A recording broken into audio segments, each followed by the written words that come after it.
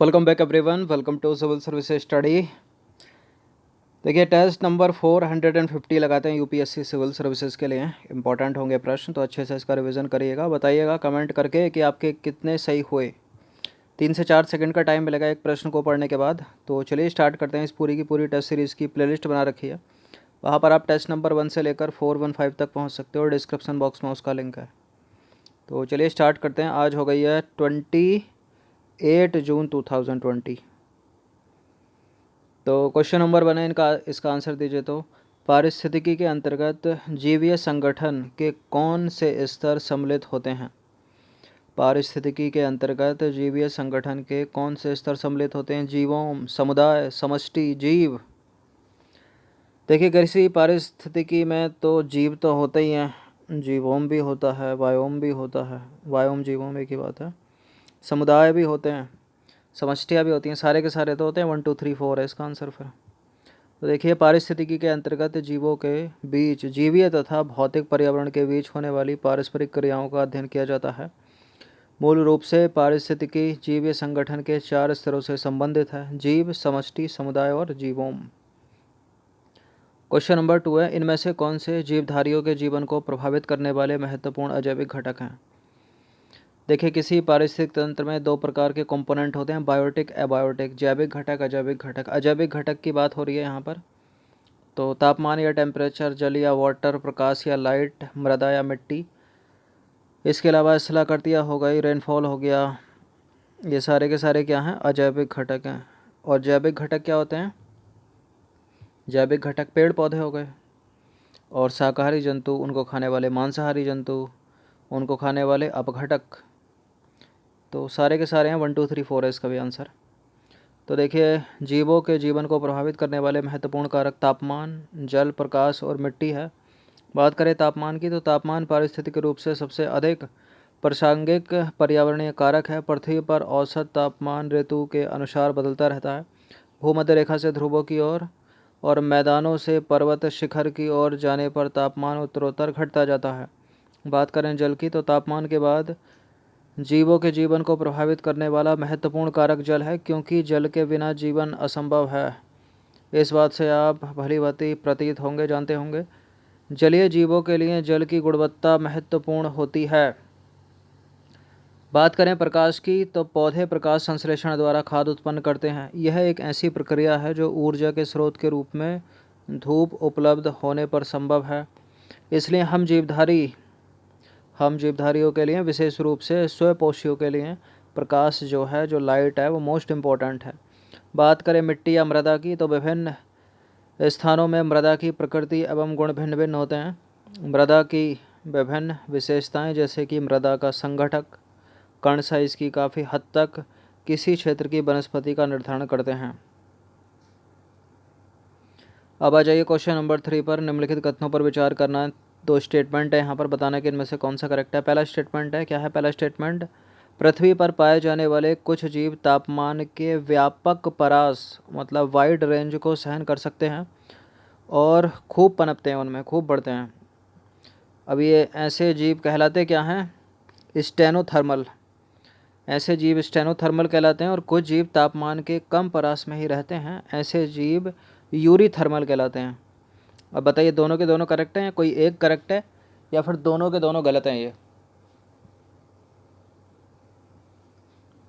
देखिए, पहला स्टेटमेंट जो है वो भी गलत है, और जो दूसरा वाला स्टेटमेंट है वो भी गलत है।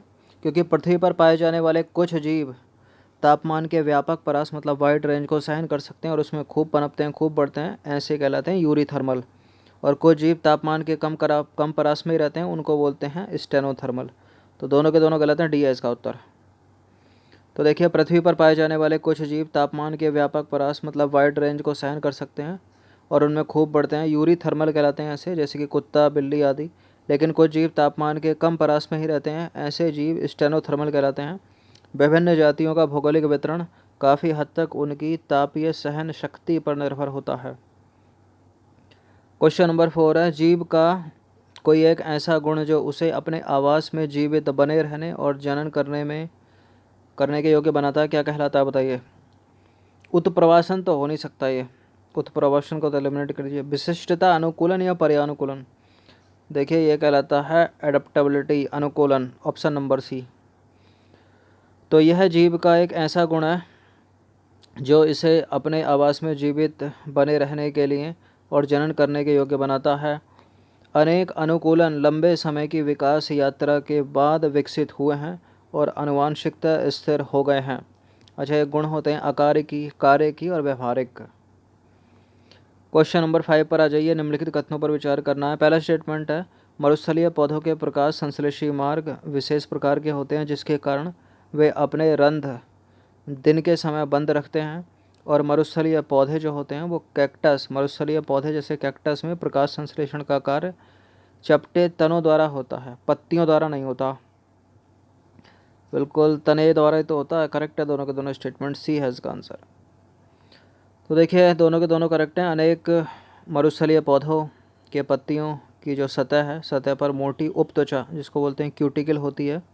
उनके रंध्र मतलब स्टोमेटा जो है गहरी गर्त में व्यवस्थित होते हैं ताकि वाष्पोत्सर्जन द्वारा जल की न्यूनतम हानि हो सके, कम से कम हानि हो सके। और उनके प्रकाश संश्लेषी मार्ग भी विशेष प्रकार के होते हैं जिसके कारण वे अपने रंध्र दिन के समय बंद रख सकते हैं। देखिए मरुस्थलीय पादप जैसे कि नागफनी हो गया और कैक्टस हो गया आदि में पत्तियां जो है वो नहीं होती हैं या कांटे के रूप में होती हैं, बल्कि ये कांटे के रूप में रूपांतरित हो जाती हैं।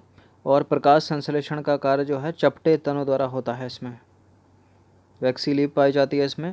क्वेश्चन नंबर 6 पर आ जाइए। परभक्षण से रिलेटेड कुछ स्टेटमेंट है यहाँ पर। परभक्षण पता होगा आपको क्या होता है परभक्षण। देखिए जो परभक्षी होते हैं, परभक्षी मतलब जो दूसरे का भक्षण करके अपना भोजन बनाने वाले। परभक्षी पादपों द्वारा स्थिर की गई ऊर्जा उच्चतर पोषी स्तर को स्थानांतरित करते हैं और परभक्षी शिकार समष्टि को नियंत्रित रखते हैं। परभक्षी किसी समुदाय में जातीय विविधता को बनाए रखने में मदद नहीं करते। देखिए ऐसा तो हो नहीं सकता, मदद तो करते हैं। जब ये शिकार समष्टि को संतुलित रखते हैं, नियंत्रित रखते हैं, तो जातीय विविधता को बनाए रखने में भी मदद करते होंगे। तो गलत है ये वाला स्टेटमेंट, मदद करते हैं। पहला करेक्ट है, दूसरा करेक्ट है, केवल एक और दो सही है यहाँ पर, तीसरा वाला इनकरेक्ट है, वो नहीं होगा। तो संतुलित करते हैं ये, तो तीसरा गलत है यहाँ पर। देखिए परभक्षण प्रकृति का एक ऐसा तरीका है जिसमें पादपों द्वारा स्थिर की गई ऊर्जा उच्चतर पोषी स्तर को स्थानांतरित होती है। पौधों को खाने वाले जीव या जीवों को खाने वाले दूसरे जीवधारियों को परभक्षी कहा जाता है। हालांकि इन्हें शाकाहारी व मांसाहारी के रूप में वर्गीकृत किया जा सकता है। और परभक्षी पारितंत्र में एक अन्य महत्वपूर्ण भूमिका निभाते हैं। ये शिकार समष्टि को नियंत्रित रखते हैं। अगर परभक्षी नहीं होते तो शिकार जातियों का समष्टि घनत्व तो बहुत ज़्यादा हो जाता और पारितंत्र में अस्थिरता आ जाती। तो गलत है ये वाला स्टेटमेंट के कर कुछ नहीं करते, पारिस्थितिक संतुलन बनाते हैं ये। क्वेश्चन नंबर 7 पर आ जाइए। पारितंत्र में विभिन्न जातियों की पारस्परिक क्रिया के संबंध में निम्नलिखित कथनों में से कौन सा सुमेलित है। परजीविता के सामने लिखा एक जाति को लाभ व दूसरी जाति को हानि होती है। सहभोजिता के सामने लिखा है एक जाति को लाभ और दूसरी जाति को ना लाभ होता है ना हानि होती है। सहोपकारिता के सामने लिखा है दोनों जातियों को लाभ होता है। तो देखिए परजीविता एक जाति को लाभ और दूसरी जाति को हानि होती है। मतलब मान लीजिए कोई एक जीव दूसरे जीव को खा जाता है, खाकर अपना पेट भर लेता है, तो परभक्षण हो गया ना। मान लीजिए बाघ ने हिरण खा लिया या फिर खरगोश खा लिया तो परभक्षण हो गया, दूसरे को तो हानि हो गई ना, मर गया बेचारा। सहोपकारिता दोनों जातियों को लाभ होता है। सहोपकारिता में दोनों जातियों को लाभ होता है। जैसे मान लीजिए ये भैंस है, बफेलो चल रही है, इसके ऊपर आके बगुला बैठ गया, बगुला इसके ऊपर किलकी विलकी मतलब छोटे छोटे सूक्ष्म जीव जो उसका खून चूस रहे थे उसको खा लेता है, तो इसका ही फायदा हो गया भैंस का और बगुले का ही फायदा हो गया। और सहभोजिता एक जाति को लाभ और दूसरी जाति को ना लाभ होता है ना हानि होती है। तो करेक्ट हैं सारे के सारे स्टेटमेंट, सुमेलित हैं पहले से ही, तो डी हो जाएगा इसका आंसर। तो देखिए प्रकृति में विभिन्न जातियों की समष्टि आवास में पृथक नहीं रहती बल्कि कई तरह से पारस्परिक क्रिया करती है। जैसे परजीविता में देखो इस प्रकार में इस प्रक्रिया में एक जाति को लाभ होता है दूसरी जाति को हानि होती है। बात करें सहभोजिता की तो ये एक ऐसी प्रक्रिया है, ऐसी पारस्परिक क्रिया है जिसमें एक जाति को लाभ होता है और दूसरी जाति को न लाभ होता है न हानि होती है, अर्थात अप्रभावित रहती है दूसरी वाली जाति। बात करें सहोपकारिता की तो इस क्रिया में दोनों जातियों को लाभ होता है। सहोपकारिता के सबसे शानदार और विकास की दृष्टि से लुभावने उदाहरण हैं। पादप प्राणी संबंध में पाए जाते हैं और पादपों को अपने पुष्प परागित करने और बीजों के प्रकीर्णन के लिए प्राणियों की सहायता जो है वो चाहिए। एक और होता है अंतरजातीय परजीविता। वो क्या होती है? इस प्रक्रिया में एक जीव को हानि और दूसरी जीव को दूसरा अप्रभावित होता है। तो ये तो उसी की तरह हो गई ना, पर देखा जाए तो किसकी तरह हो गई? सहभोज्यता की तरह। मतलब एक को लाभ हो रहा, दूसरे को ना लाभ हो रहा ना हानि, तो अप्रभावित है वो। क्वेश्चन नंबर 8 पर आ जाइए। लाइकेन जो पारिस्थितिक अनुक्रम को प्रारंभ करने में सक्षम है, वास्तव में यह सहजीवी सहचर्य हैं किसके? देखिए यह प्रश्न यूपीएससी सिविल सेवा ने कर रखा है, 2014 में पूछा हुआ सीधा सीधा। तो जो लाइकेन है वो शैवाल और कवक के बीच की कड़ी है, तो बी है इसका उत्तर। बहुत सारे एग्जाम में आपने देखा होगा, प्रीवियस एग्जाम में। तो कवक और प्रकाश संश्लेषी शैवाल या जिनको बोलते हैं साइनोबैक्टीरिया के बीच घनिष्ठ सहोपकारिता संबंध का उदाहरण जो है वो लाइकेन है। शैवाल द्वारा कवक को भोजन की आपूर्ति की जाती है और बदले में कवक द्वारा शैवालों को सुरक्षा, जल, नाइट्रोजनी पदार्थ एवं खनिज लवण जो हैं प्रदान किए जाते हैं। क्वेश्चन नंबर 9 है। निम्नलिखित में से कौन सा किसी पारितंत्र में पाए जाने वाले अपघटकों का समूह है? देखिए अगर किसी पारितंत्र की बात करें तो पेड़ पौधे जो हैं उत्पादक होते हैं, सूर्य की रोशनी से वो भोजन बनाते हैं। अब इस पेड़ पौधे को मान लीजिए खा गया कौन? हिरन। हिरन को कौन खा गया? बाघ खा गया। अब ये इसकी पत्तियां भी टूट के गिरेंगी, ये खरगोश भी एक दिन खाकर मर ही जाएगा और ये बाघ भी मरेगा। तो इनके जितने सड़े गले जो पदार्थ होंगे, अकार्बनिक पदार्थ, इनके ऊपर बैठे हैं सूक्ष्म जीवी जो मिट्टियाँ पाए जाते हैं, जैसे बैक्टीरिया हो गया, फंगस हो गए, कवक हो गए। तो ये सब क्या करते हैं? अकार्बनिक पदार्थों को फिर से जो है खाद बना देते हैं, वापस से पौधे में पहुंच जाता है वो खाद। फिर ये पनपते हैं पौधे सूर्य के प्रकाश की उपस्थिति में, ज़मीन से जल लेकर, कार्बन डाइऑक्साइड लेकर। इस तरह से जो है पूरा क्रम जो है वो चलता रहता है। तो इसका आंसर वायरस तो होते नहीं है किसी पारितंत्र में अपघटक या डिकम्पोजर। शैवाल भी नहीं होते हैं, इसको भी एलिमिनेट करो। जहाँ जहाँ वायरस, विषाणु को एलिमिनेट करो। तो जीवाणु और कवक होते हैं और अन्य सूक्ष्मजीव जिनको हम नेकेड आई से नहीं देख सकते। तो देखिए किसी पारितंत्र में अपघटक वे सूक्ष्मजीवी होते हैं जो जटिल कार्बनिक यौगिकों यानी सड़े गले पौधों और जीवों का अकार्बनिक यौगिकों में विखंडन कर देते हैं, जो पौधों की खाद के रूप में जो है पुनः मिट्टी में पहुंच जाते हैं, जिससे खाद्य श्रृंखला जो है संचालित रहती है। और किसी पारितंत्र में जीवाणु, कवक और अन्य सूक्ष्मजीव जिन्हें हम नेकेड आई से नहीं देख सकते या देखा जा सकता, अपघटक कहलाते हैं, मतलब डिकम्पोजर कहलाते हैं। वो डिकम्पोज करते हैं ना। चलिए क्वेश्चन नंबर 10 पर आ जाइए। किसी घास स्थल में निम्नलिखित में से कौन सा पिरामिड सदैव सीधा बनता है?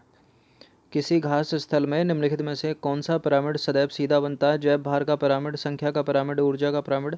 यह प्रश्न 50 बार आपके सामने आया होगा कि कौन सा पिरामिड सदैव सीधा बनता है। इस तरह से थोड़ा घुमा के स्टेटमेंट बना के दे देगा कि किसी घास स्थल में, सीधा इंडिकेट कर दिया। जलीय पारितंत्र ही पूछ सकता था ये। तो किसी घास स्थल में सदैव सीधा जो बनता है वो बनता है ऊर्जा का पिरामिड। किसका पिरामिड बनता है? ऊर्जा का पिरामिड। तो इसका आंसर हो जाएगा ऑप्शन नंबर 3। देखिए किसी भी पारिस्थितिक तंत्र में जो है ऊर्जा का पिरामिड सदैव सीधा बनता है, हमेशा याद रखिएगा। तो देखिए किसी भी पारिस्थितिक तंत्र में, चाहे वो घास का पिरामिड हो या जलीय पारितंत्र का, जो पिरामिड होगा किसी पारितंत्र में, चाहे वह घास का हो या जलीय पारितंत्र का, ऊर्जा का जो पिरामिड है ना, पिरामिड ऑफ एनर्जी, वो सदैव सीधा बनेगा, ऑलवेज अपराइट डायरेक्शन, इस तरह से। और जब एक पोषण स्तर में 100% ऊर्जा होगी तो अगले पोषण स्तर में ना केवल 10% ऊर्जा ही पहुंची जाएगी। 90% ऊर्जा पहले पोषण स्तर में चली जाएगी। फिर जो इसका 10% का है वो केवल 90% यहाँ यूज़ हो जाएगा, फिर अगला 10% जाएगा, फिर इसका केवल 90% यहाँ रुक जाएगा, अगला 10% जाएगा। इसको एक वैज्ञानिक है लिंडरमैन, उनका नियम कहते हैं। लिंडरमैन का 10% का नियम यह है कि प्रत्येक पोषण स्तर में या एक पोषण स्तर से दूसरे पोषण स्तर में, एक पोषण स्तर से दूसरे पोषण स्तर में जो है वो ऊर्जा जो है वो घटती जाती है, घटती जाती है। केवल अगले पोषण स्तर में 10% ही पहुंच पाती है। फिर उससे अगले पोषण स्तर में उस 10% का 90% वहाँ रुक जाएगा, फिर अगले 10% पहुँच जाएगी। इस तरह से जो है ऊर्जा प्रवाह करती है। तो ये 10 प्रश्न थे इंपॉर्टेंट, अच्छे से इसका रिवीजन कर लेना 1 से 2 बार। धन्यवाद।